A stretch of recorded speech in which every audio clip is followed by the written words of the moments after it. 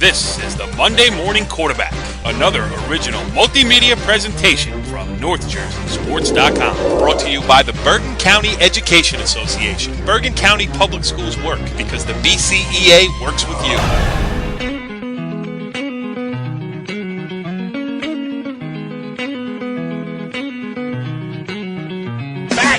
On the Monday Morning Quarterback, NorthJerseySports.com's original multimedia series talking all things North Jersey football.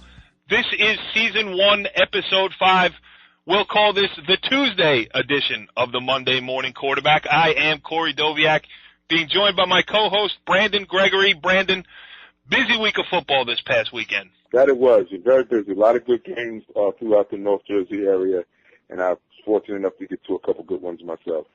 Yeah, absolutely. You were out running around. I was at a game on Saturday night, and that leads us into the guest list for this evening. One of our guests will be Palisades Park Leonia head coach Dave Schuman.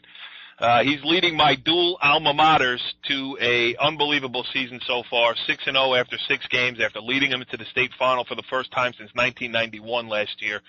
Great things going on in Pal Park Leonia. Very proud of him and the program. And I'm definitely looking forward to having him on later to talk about all things Tiger/Lion football. And also another great story going on in southern Bergen County is the reemergence of the Garfield Boilermakers. Jeff DeVito and his crew, an unbelievable game against Elmwood Park. They went for 2 on the last play after trailing big early. We'll talk all about that with Jeff DeVito. And another interesting stat here, Brandon, from Garfield. We don't know exactly when their last 4-game winning streak was, but they have now won 4 in a row. The last 3-game winning streak was back in 2000. Wow. Garfield's making progress under Coach DeVito.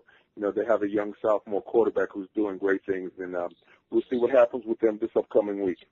Yeah, and the interview I taped a little bit earlier, so I can tell you in advance notice. It's a good interview. The guy's into it.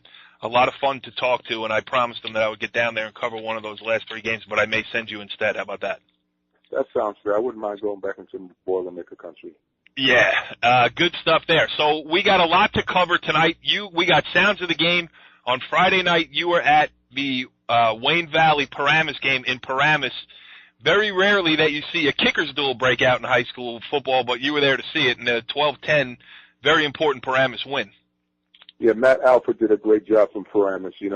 As I mentioned in the sounds of the game, special team players, especially people that the field goal kickers, are underappreciated. I really feel on all levels, high school all the way up to the professional level. They really control a lot of the game, and you don't really notice them until the end or until they make a mistake. Yeah, and when we get to the sounds of the game, it'll be great to hear him talk about the tackle he made, too, because, kickers like to brag when they make a tackle. That's right. He said that was his first one he ever made. He held on for dear life, like he said. He grabbed, like Jeff Van Gundy grabbing onto an ankle. But before we get to all that stuff, and we will have it, let's start things off tonight with the scores of interest. And this week, the scores of interest are brought to you by TomTom. Know the road ahead with TomTom Live Services and get to the game on time.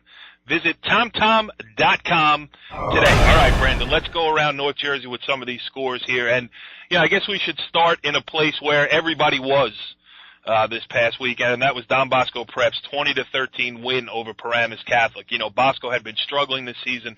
They came in a game below 500.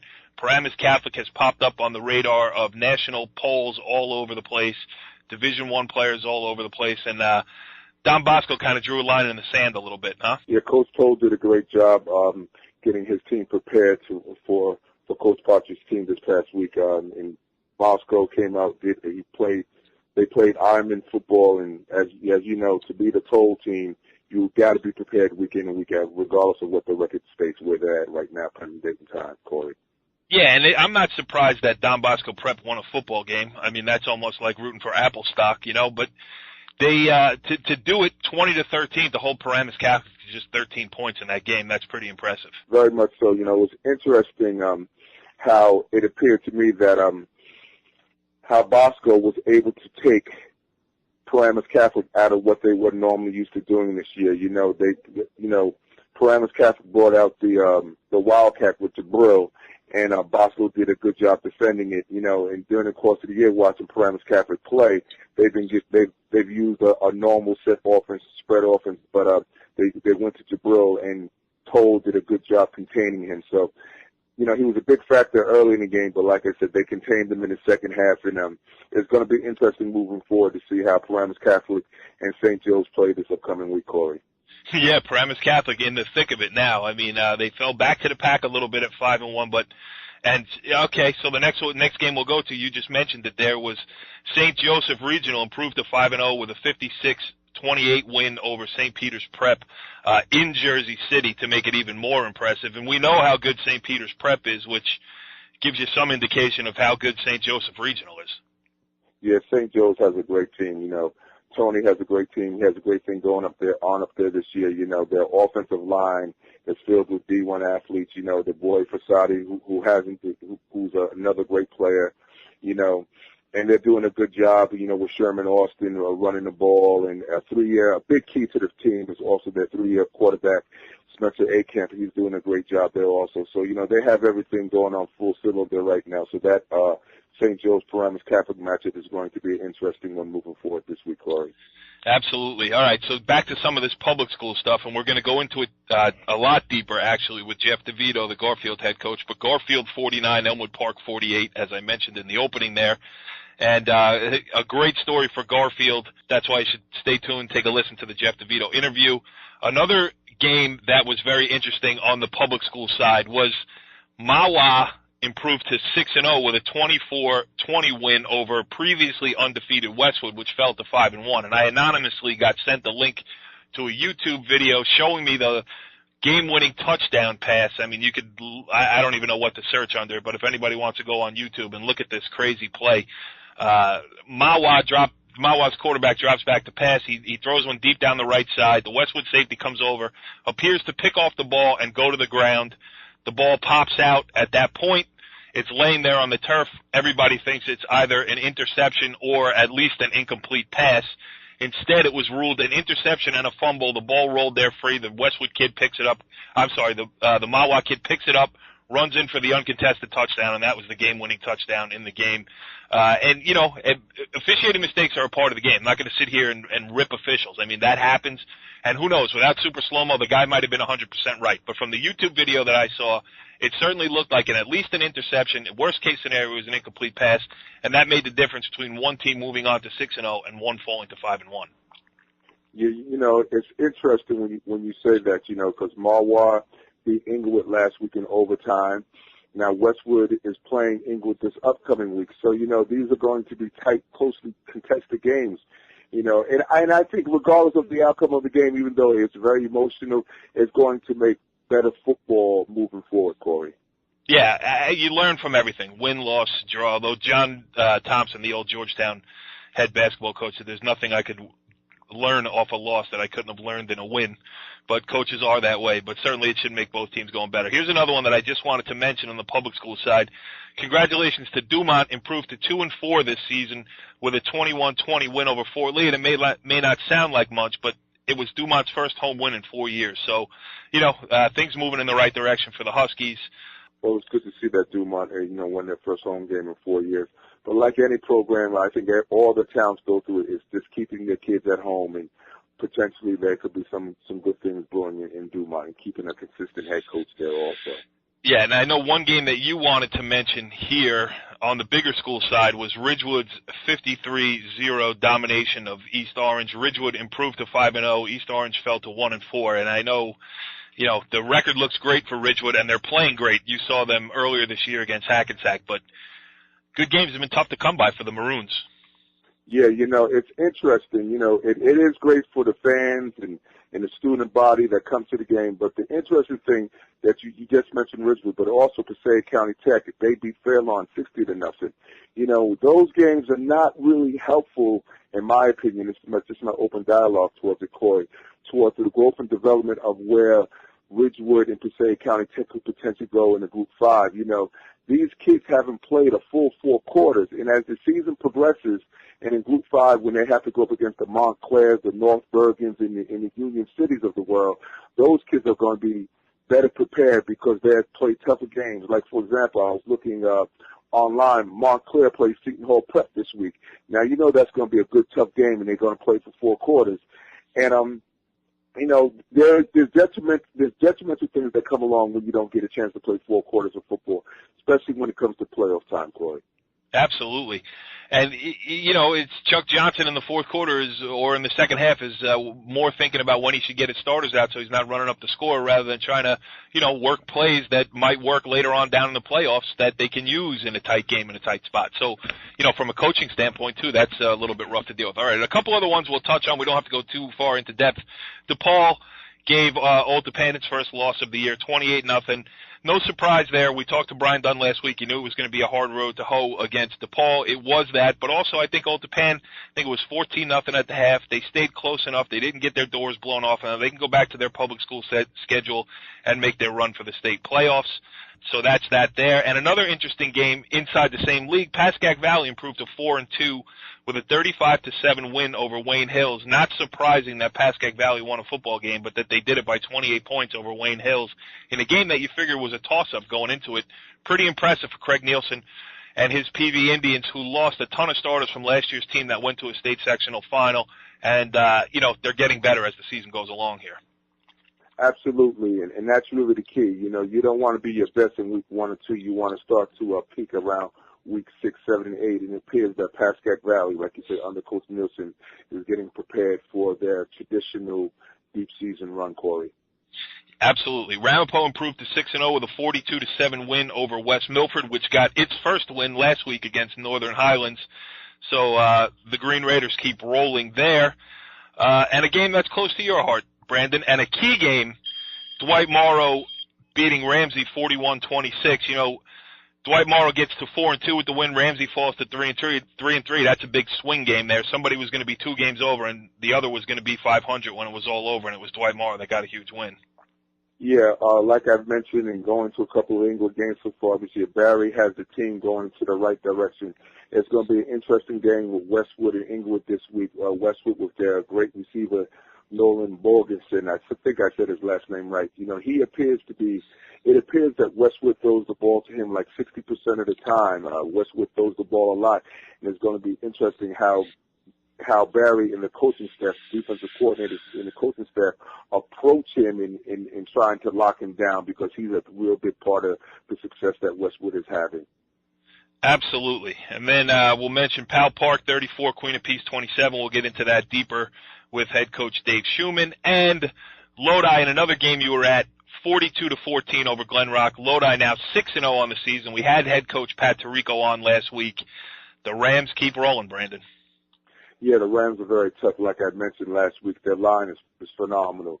They're 6'2", 265 across, and they wear teams out. You know, they're doing a good job, you know, with their skilled receivers. But the most impressive player on the team to me has been their cover corner, Kayshawn Flower. He's done a great job. He had a couple INTs. He makes good plays on both sides of the ball. But he's one of the kids that we don't know about. But now that I'm getting an opportunity to watch Lodi and the other teams play, he's been one of the more impressive ball plays that I've seen so far this year. So people listen out and watch out for Keyshawn Flower, number 15, for the Lodi Rams. All right, that's scores of interest from around North Jersey. We'll take this quick opportunity. If you like this discourse that we just had, you can hear more of it. Check us out in a bunch of different places.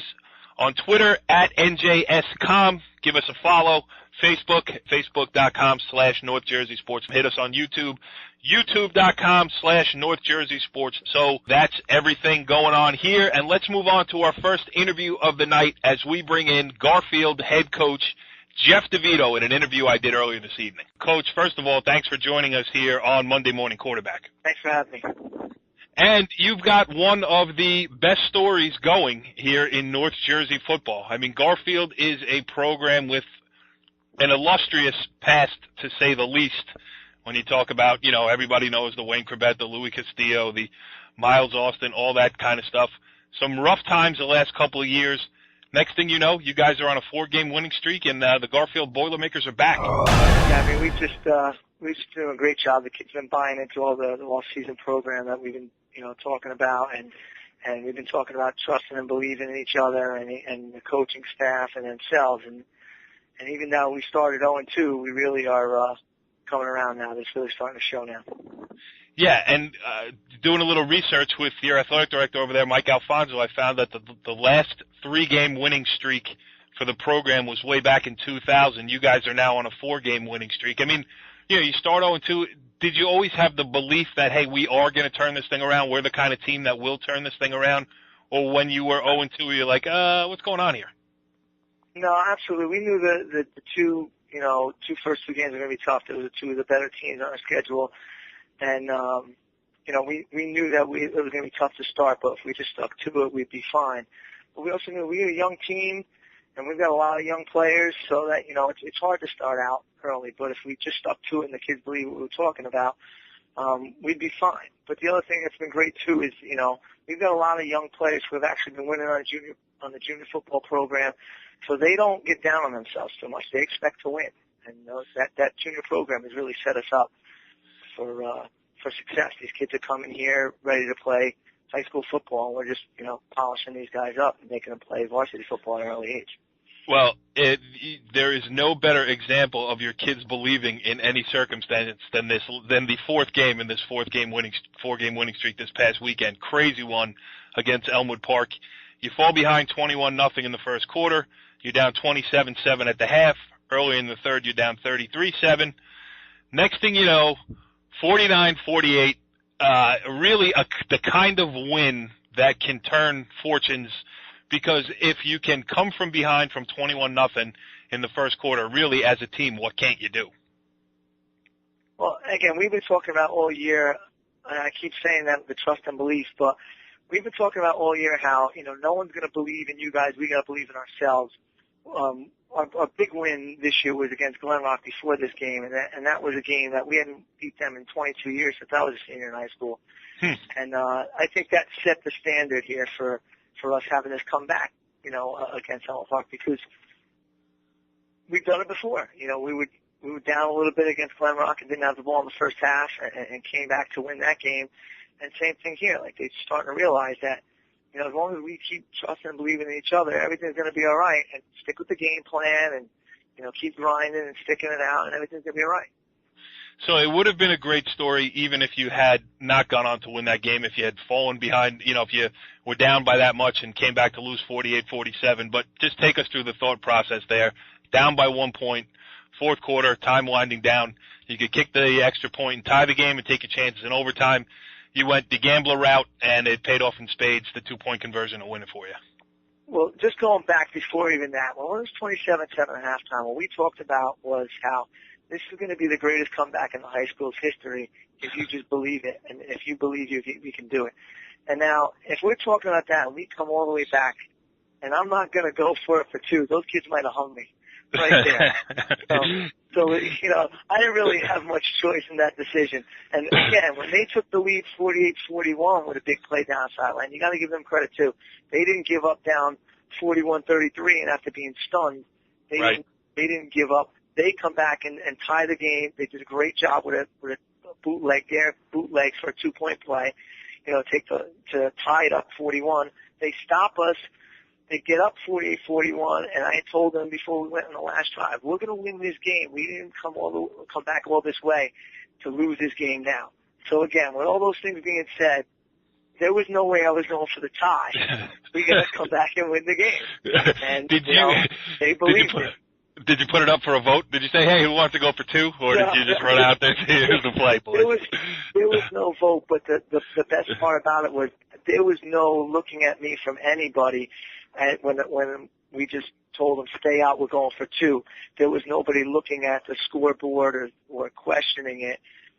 Everyone, you could just see in their faces, felt that was the right decision. Like, we're going to win this game. And that's how you win games. You got to believe it. You got to believe in each other and trust in what everyone's telling you to do. And that, it doesn't matter what the play call is. If you don't execute, it doesn't work. Well, they're executing these game plans that we're putting together because they believe that that's what's going to help us win. Yeah, Coach looks good when he calls the alley-oop for LeBron James. I mean, it's it's yeah, absolutely. Right. So this 4-game winning streak puts you right back in the mix. I mean, as I'm looking at it right now, you guys are in the 8th spot in the North 1 Group 3 state sectional playoff race according to PowerPoints. You got 2 games left before the cutoff. At Lyndhurst this week coming up, then at home against Rutherford. With the comfort behind win over Glen Rock, the comfort behind classic win over Elmwood Park. Now you guys got to go and finish this off. I guess you feel that way, right? Well, we can't believe all this attention we're getting now too and get too full of ourselves, and that's what we're going to be talking about this week. When there's a good football team, we've got to take care of them first. That's what we got to do right now.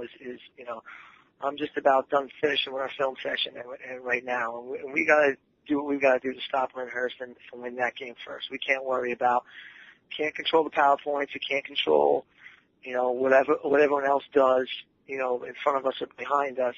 We just got to win the rest of these games, and we got to do it by taking care of things. I know it's cliche, but one game at a time. If we misstep here, then we don't hold our destiny in our own hands. So we've got to do those things, and we got to keep doing what we've been doing. We've been running behind this great line we got. The kids really buy in to running the ball, and it's been really successful. Mikey Reyes has had a great season running the football and running hard, and our line has been doing a great job, and they don't get enough credit. Well, name those guys so that we put their names on the air here. Sure. Damian Ramirez, Harris Pesarovic, Chris Lopez. Coach, give me some of the other guys' names that I'm missing here. Mahalo Simakowski. I got some tough names to give you here. Yeah. And a transfer for Tenafly, Dewey McGee. Those guys have been, there's also Nick Chermark also. Those guys have been doing a great job, and senior fullback Marlon Baptista's, been out in front blocking for him and catching some passes and running hard inside himself. So, it really has been. It's been a team effort. It's been a great run we've had here, but it's because of the kids. It really is. I covered a Garfield boys soccer game earlier this year, and I asked head coach Mark Tielko for the roster, and then it just said, or just give me a collection of CZYK, please. Because the names are definitely tough at Garfield. But my next question was, Garfield has the great history of football. Do you feel that starting to creep back now? Is the community getting behind you? More people coming out to games? More people talking about the good times? As our guy Rich Barton here on NorthJerseySports.com likes to say, it says it right on the sign, City of Champions. Yeah, no, we keep telling these kids after wins that you're making a lot of old Boilermakers proud here. Right. And then they're starting to come around more and more and being part of it. Our biggest gripe was we've had a lot of people leaving a little early in that game. I keep telling people that's the greatest game that nobody ever saw last Friday night, because everyone's so worried about going to see Don Bosco and Travis Catholic that they forget about. There's a lot of good football going on in the NJIC, and there's good games going on here. So maybe all these kids will start staying in their hometowns instead of worrying about going to play for these parochial powers. Well, I'll second that notion for sure. And the last question I have for you here. 18 years at Garfield, 15 years the offensive coordinator, now in your second year as the head coach. Things are going in the right direction. I don't want to sit here and say, well, the job's complete and everything else, but certainly the program is moving in the right direction. Just how about personal satisfaction for you and your coaching staff, regardless of what happens from here on out? I think you've stamped yourself as back in the football game here. Yeah, but listen, it's been such a group effort, and again, I can't say enough how much, Jim Miller and the Junior Boilermaker program, we've got a lot of guys down there that are former players for Garfield, and they're coaching down there, and they're, like I said, they're giving us kids, keeping them in town that are talented and helping us out, having the talent to coach, and it makes a big difference.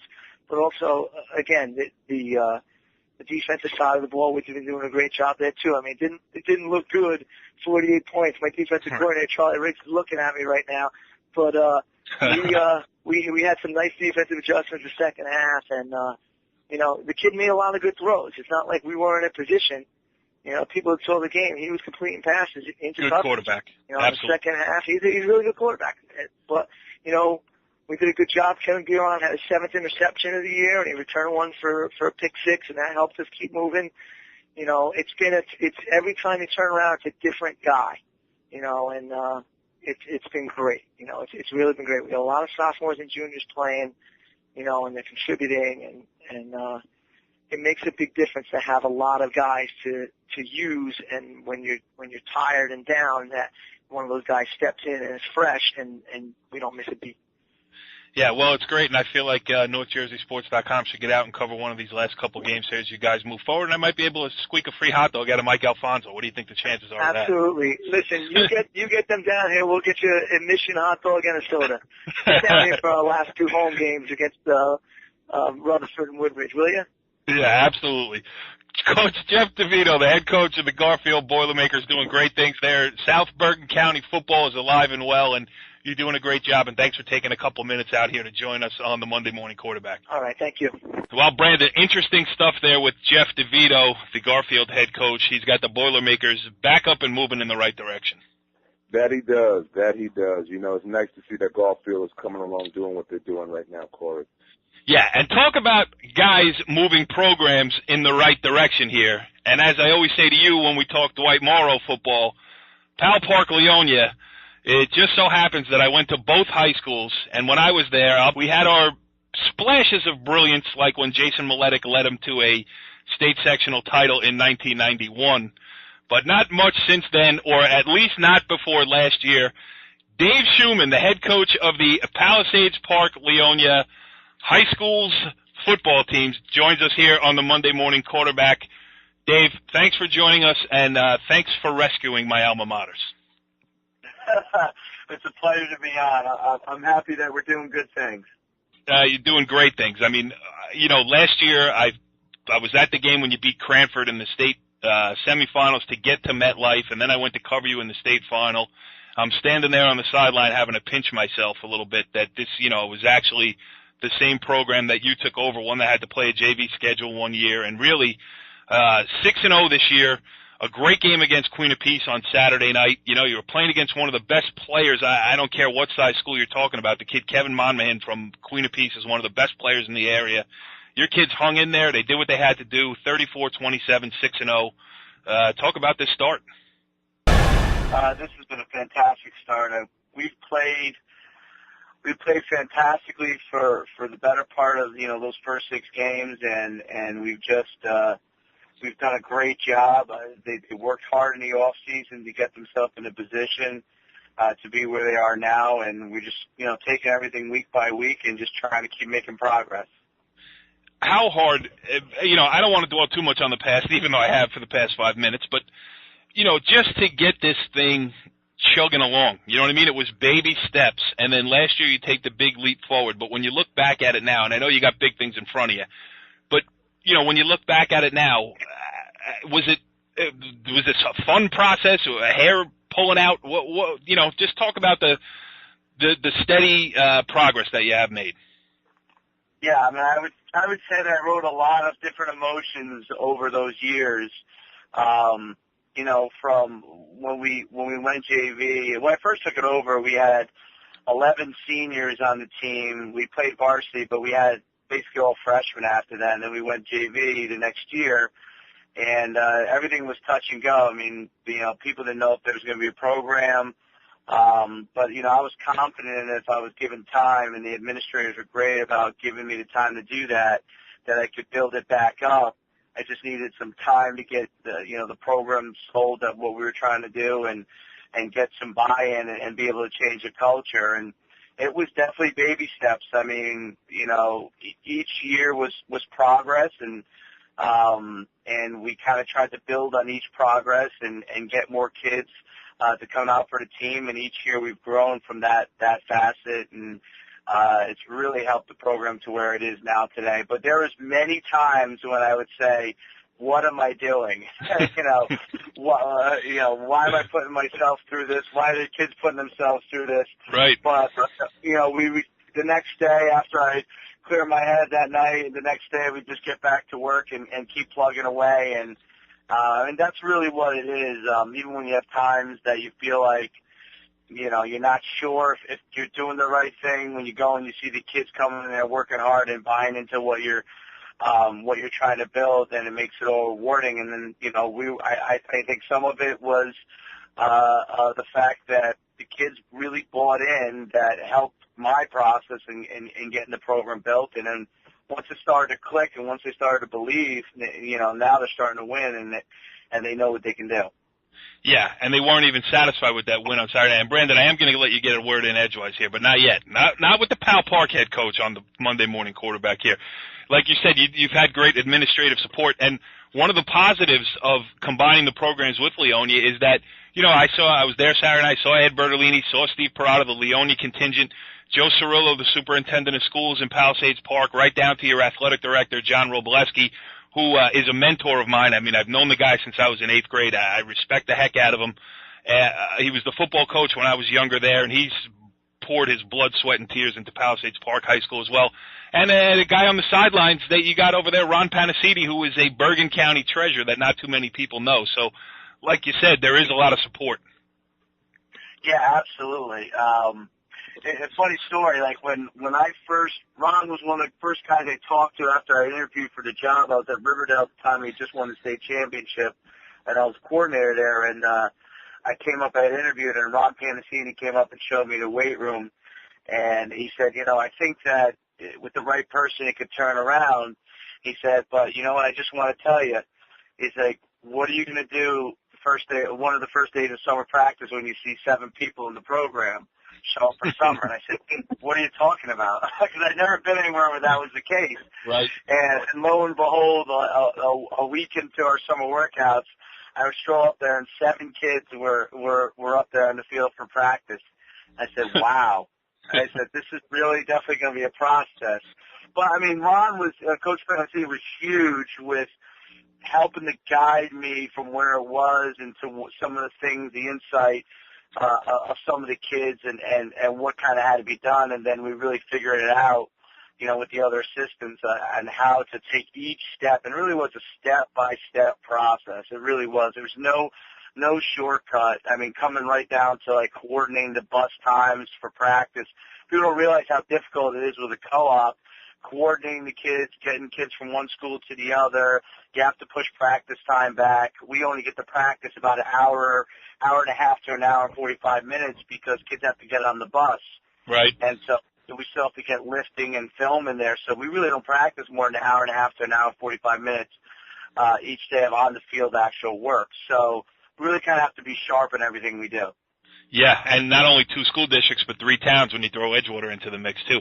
And the last thing I'll say about Ron Panacini, and I'm going to let Brandon ask a question here, but, I'm standing next to him on the sideline the other night. He's got an old-school Powell Park Tiger jacket on. The guy, it's a great story about him because I say, hey, Coach, that's like a throwback jacket. Where'd you get that thing? He's like, that's from Babe, meaning Babe Mongelia, who coached in the early 90s at Palisades Park. He goes, it's Babe's jacket. I keep it in the car. It looks like it might rain.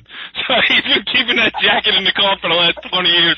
Hey, it's raining. I'm going to go in the car and get it. It's just so great. Yeah. It says so much about that guy. Absolutely, there's no doubt about it. I asked him where he got that jacket. I said, can I get one? He said, they don't make that anymore. Right. Go ahead, Brandon. Ask the coach a question. Yeah, Coach. Staying track, Corey talks about you all the time, talks about the school all the time. And and just I'm a cheerleader. Yeah, and there's nothing wrong with that. We need more cheerleaders like you. And just knowing a little bit about your program with your great skill set players, Malik St. Hilaire, Taj Huggins, and some of your big players like Eric Chung and Eric Johnson, the kids like that, they don't really get a lot of press. And obviously you must have a pretty good quarterback. So with the kids who are the big name players, and then your big players, how has their growth and development made the program to what it is present date and time, Coach? Yeah, I mean, one of the things that we really preach is, and with our offense especially, is that the way that I run stuff, you may not get a ton of touches, but you got to make the most of the opportunities because we try to spread the ball around, and everybody they've learned, because it wasn't an easy process, but once we started to get good players in the program, they learned to, make the most of their opportunities and try to help each other out when they have to do their blocking and they have to do their job when they're not getting the ball. They've done a fantastic job of that, and we worked really hard, and it was one of the things that turned the program to stomp out. That's one of the things they have to stomp out is that jealousy of who gets the ball and who doesn't get the ball. we're trying to turn the program. And part of the things what we do from an offensive standpoint is we spread the ball around so other guys get a lot of touches, and they learn that they have to block for each other and they have to work together. And then that's a very important thing that we've been able to do. So you'll see a lot of guys, any given week we just say, hey, whoever's hot that day, whoever's having a great day, we'll get them the ball. And a lot of times it's a different person each week. Yeah, and against Queen of Peace, it was Malik St. Hilaire had a couple big punt returns to get you started. And, it's funny to say, I mean, we're talking about the problems that the program had in the past. The problem now is you got so many good players that there really aren't that many touches to go around. I mean, Johnson got you a big touchdown. Your quarterback, Adeyemi Da Silva, he can run it, he can throw it.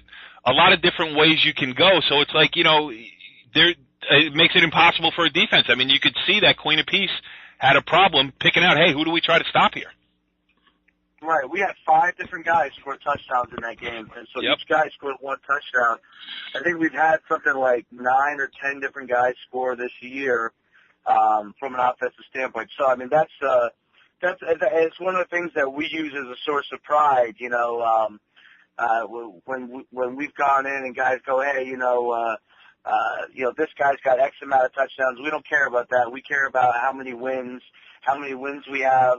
Are we making progress and getting better?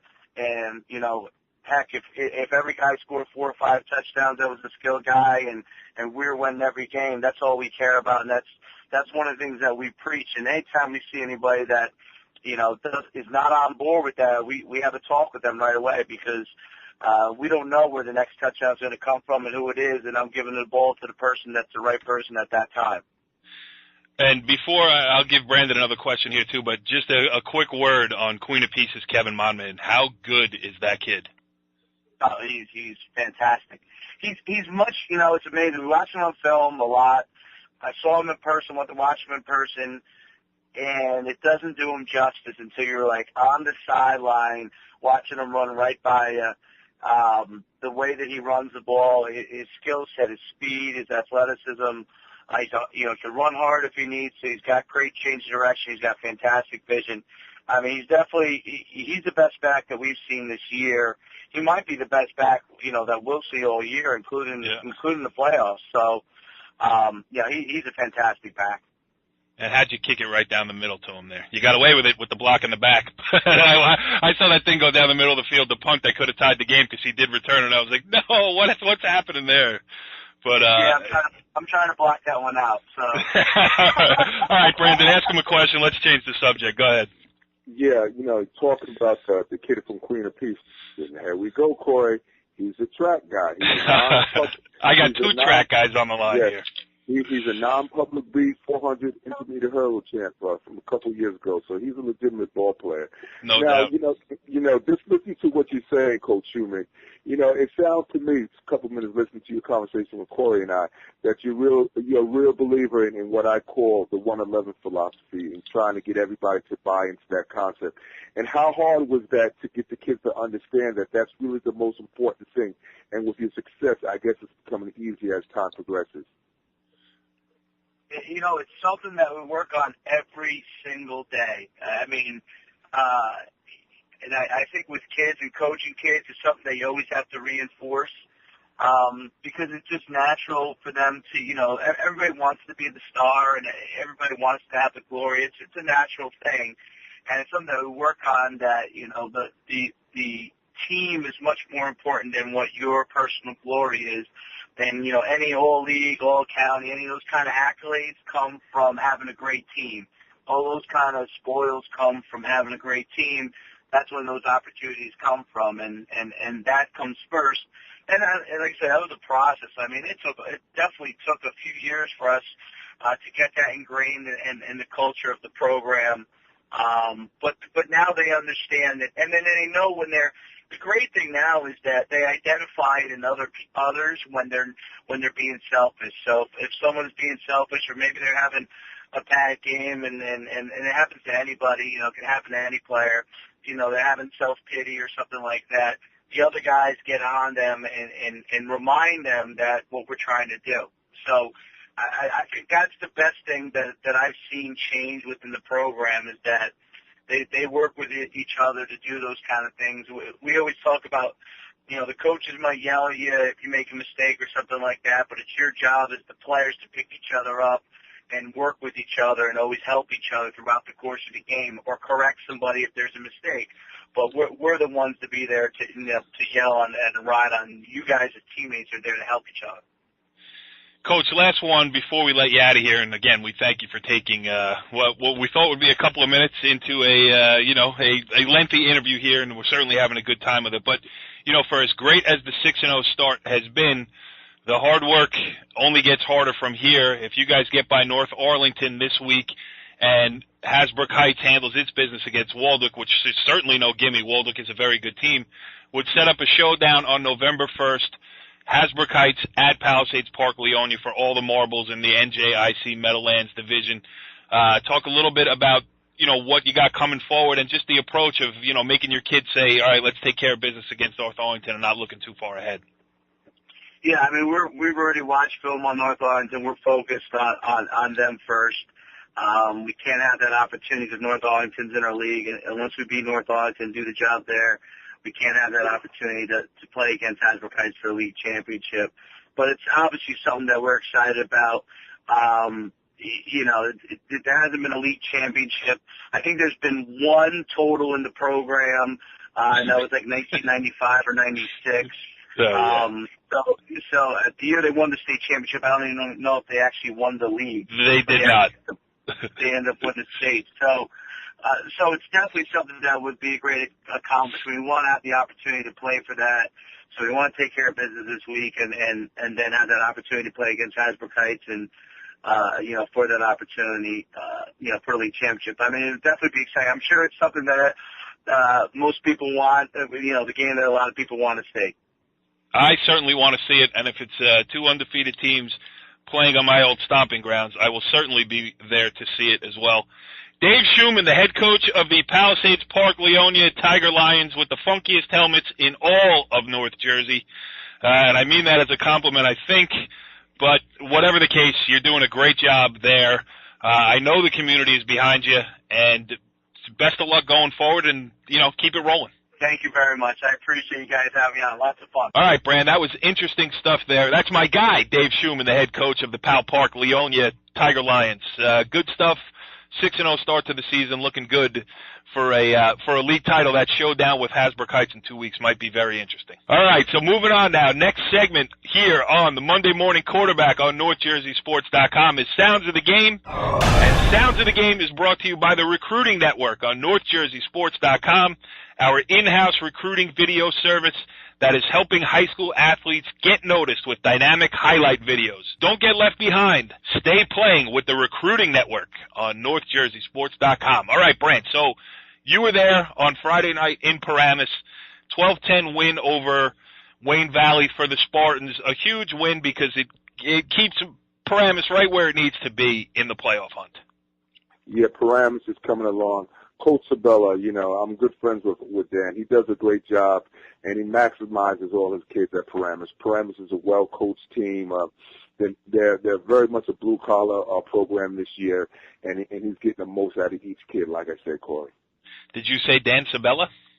Dan Sabella. All right, we got sound. After the game, Brandon caught up with him. Here's what he had to say. To be honest with you, I didn't expect it to be this low scoring.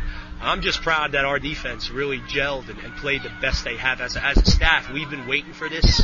We have not looked this good, including the preseason and through our first 5 games. So I know especially our assistant defensive coaches, they're really beaming right now with pride because we've been waiting for this effort.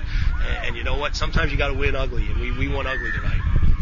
Your field goal kicker, Matthew Alford, was a huge difference in tonight's game, Coach. And like I mentioned to him when I asked him a couple questions, in high school, field goal kickers and special team players do not get enough credit. How much of a difference was he in today's game, Coach? Well, I think you really said it there. We've been on the other side of that many times, unfortunately. We've had some kickers really make a difference that went against us. It's nice to have it go our way for once. Matt's put the time in. He kicked the game-winning field goal for us against Lakeland. As a head coach, I've never had a kicker, step up and like you said, be a difference maker for us. So it really is a weapon, and we're glad to have him. Last question. You were a quarterback at Pagoda. You were a quarterback at Monmouth. You're in Monmouth's Hall of Fame. Coach John Robinson. You have Tyler Smith now. Where is he at in his growth and development at present date and time, Coach? Well, I'll tell you what, the first word for as long as I'll ever talk about Tyler Smith will just be competitor. You know, he just comes out and gives you everything he has, and you can never count him out. You know, he had some rough moments tonight. He still, as a quarterback, learning to read defenses and trust himself a little bit more in the pocket. He knows he can do things with his legs, but, you know, sometimes we'd like him to hang in there and get to his second and third read a little bit more. But as far as his competitiveness and his desire to get the job done, you know, he's up there with those guys. We're glad to have him. I mean, anytime you put somebody up there with John Robertson, I mean, it's, you know, he's a special one too. But we've had some great quarterbacks here in Paramus, and Tyler Smith will be mentioned in the same breath with those guys. Absolutely, and really, you know, you look at Paramus at 4-2, and you're like, oh, they're, you know, middle of the road. They're having a so-so season. We forget where Paramus was before Dan Cervella took over that program. And the guy did it at Pagoda, too. I mean, let's not forget that, which is, I mean, one of the smallest schools in the state of New Jersey, and he corralled those kids and did a great job there, too. So more from that game. You mentioned Matt Alford, the kicker. You know, like I said earlier, it's very rare that a kicking contest breaks out that can win the game for you, but Matt Alford did just that for Paramus, and let's hear what the Paramus kicker had to say after. Matt, you kicked 2 field goals during the course of the game. You kicked the 31-yard field goal, and you kicked the game-winning 35-yard field goal. How do you feel? I feel great. That was awesome. I know I kicked one in the Lakeland game. I had a game-winning field goal, 28 yards, and I think this was 28 yards too, and it was, you know, just a great experience. And I just did what I had to do. I knew that if I didn't do it, I'd be letting my team down. I don't want to let my brothers down. So that's what it comes down to. In high school football, a lot of times field goal kickers and punters are not really counted on a lot. They don't look at them as part of the team.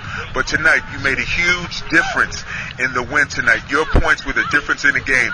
And also, after you made the game 12-10, you made a huge solo tackle on number 24, McClunklin, on their team.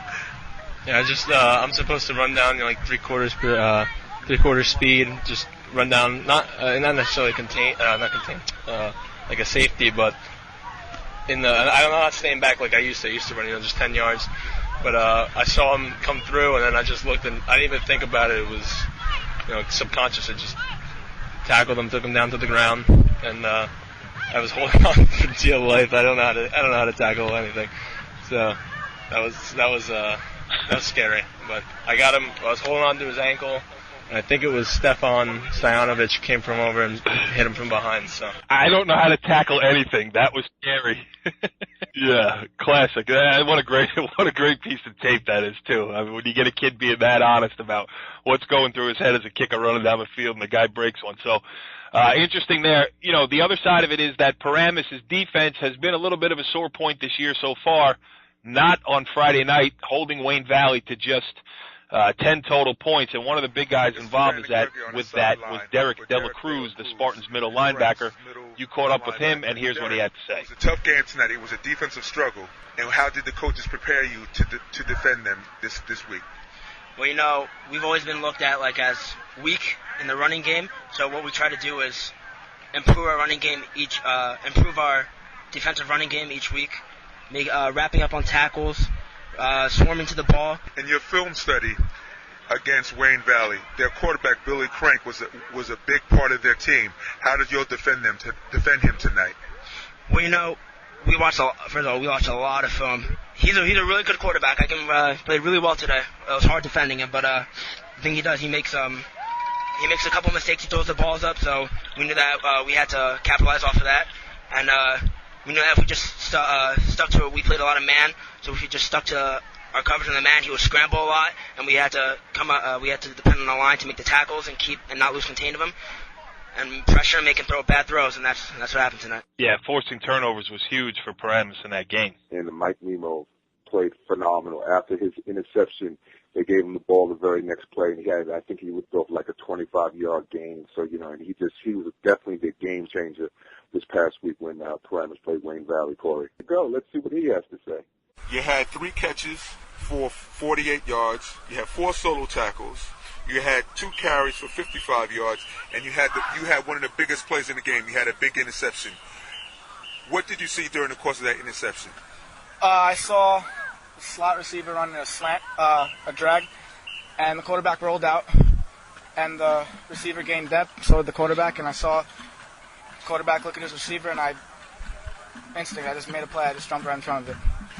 You have a big game coming up next week. How is Coach Sabella going to get you ready for next week's game?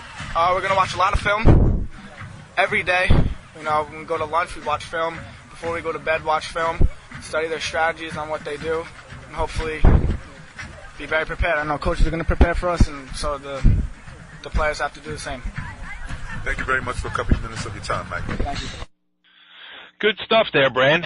On location at Paramus High School. It's an interesting take on the game, just trying to put these snippets together and give a bigger picture of what was going on in the games. I love it. So we'll do more of it next week, too, here on Monday Morning Quarterback on NorthJerseySports.com.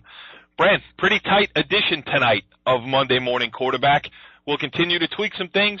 We'll keep working. We'll bring in new people all across North Jersey and try to really ramp things up here as we got 2 weeks left. A lot of teams, some have 3, but most teams have 2 weeks left before the playoff cutoff, and it's going to be very interesting down the stretch. And we'll see you next week on Monday Morning Quarterback. Follow the leader.